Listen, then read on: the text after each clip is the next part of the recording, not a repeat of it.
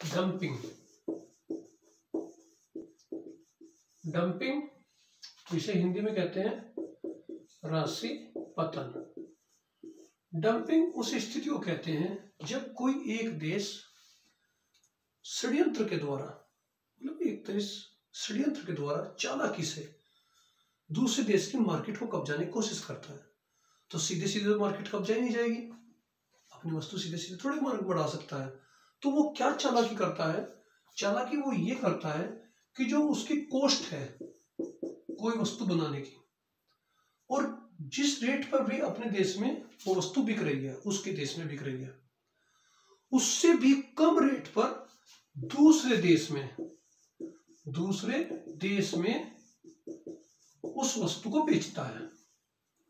दूसरे देश में कोई भी, मतलब जिस कीमत पर अपने देश में कोई वस्तु है उसकी, उससे भी कम कीमत पर दूसरे देश में वस्तु बेचता है।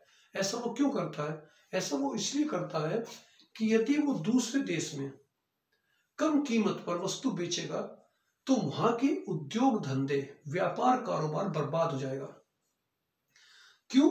लोग उसकी सस्ती वस्तु आएगी और वहां की मार्केट की वस्तु महंगी होगी, तो सब लोग क्या करेंगे कि उसकी सस्ती वस्तु खरीदना शुरू कर देंगे।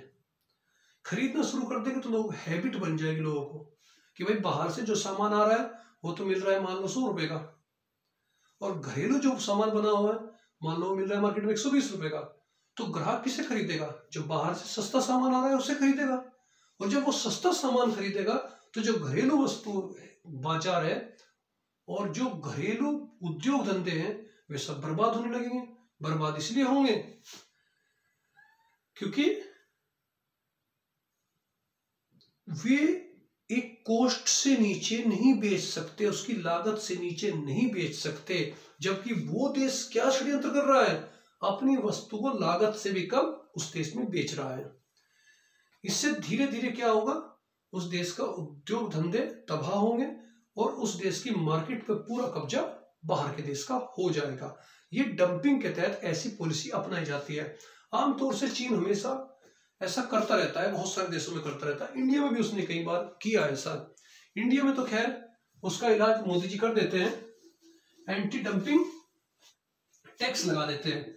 एंटी डंपिंग टैक्स यानी कि अगर सरकार को ये एहसास हो जाता है कि इस वस्तु पर डंपिंग कर रहा है वो देश, यह वस्तु वो बहुत सस्ते रेट पर बेच रहा है, तो उसके पीछे षड्यंत्र है। कोई ऐसा कोई बहुत बड़ा दानी तो नहीं है कि परोपकारी कंट्री है वो बाहर वाला कि हमारे देश में सस्ती चीज पे बेचेगा।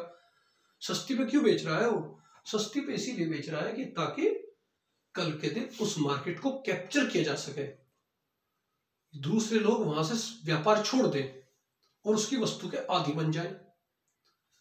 तो ऐसी स्थिति में क्या करती है सरकार? ऐसी वस्तु की निगाह रखती है और उस पर एंटी डंपिंग टैक्स या ड्यूटी लगा देती है, जिससे उस वस्तु के रेट बढ़ जाते हैं और उसका अब वो सस्ती वस्तु बेच नहीं पाता। हालांकि ये बहुत गुप्त रूप से किया जाता है, कोई भी कंट्री बहुत सीक्रेट करता है इस काम को। बहुत धीरे से किसी भी देश में अपना माल डंप कर देता है बड़े स्केल पे। डंप समझते हैं ना? बड़े स्केल पे डंप कर देना। जब बड़े स्केल पे डंप कर दिया और उसे बहुत सस्ते रेट पे बेच देना, अपने देश की कॉस्ट से भी, अपने देश के मूल्य से भी कम सस्ते रेट पर दूसरे से बेच देना, तो इसे डंपिंग इसीलिए बोला गया कि डंप कर देना।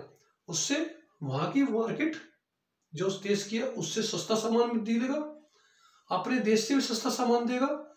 तो इससे क्या होगा? वहां की सारी मार्केट कैप्चर कर लेगा वो। ऐसा अक्सर चीन हमेशा करता रहता है। यही कारण है कि चीन का ढेर सारा कभी कभी माल मार्केट में दिखाई देता है। वो अलग बात है कि भारत में चीन डंपिंग में सफल नहीं हो पाया है, लेकिन वो कोशिश हमेशा करता है।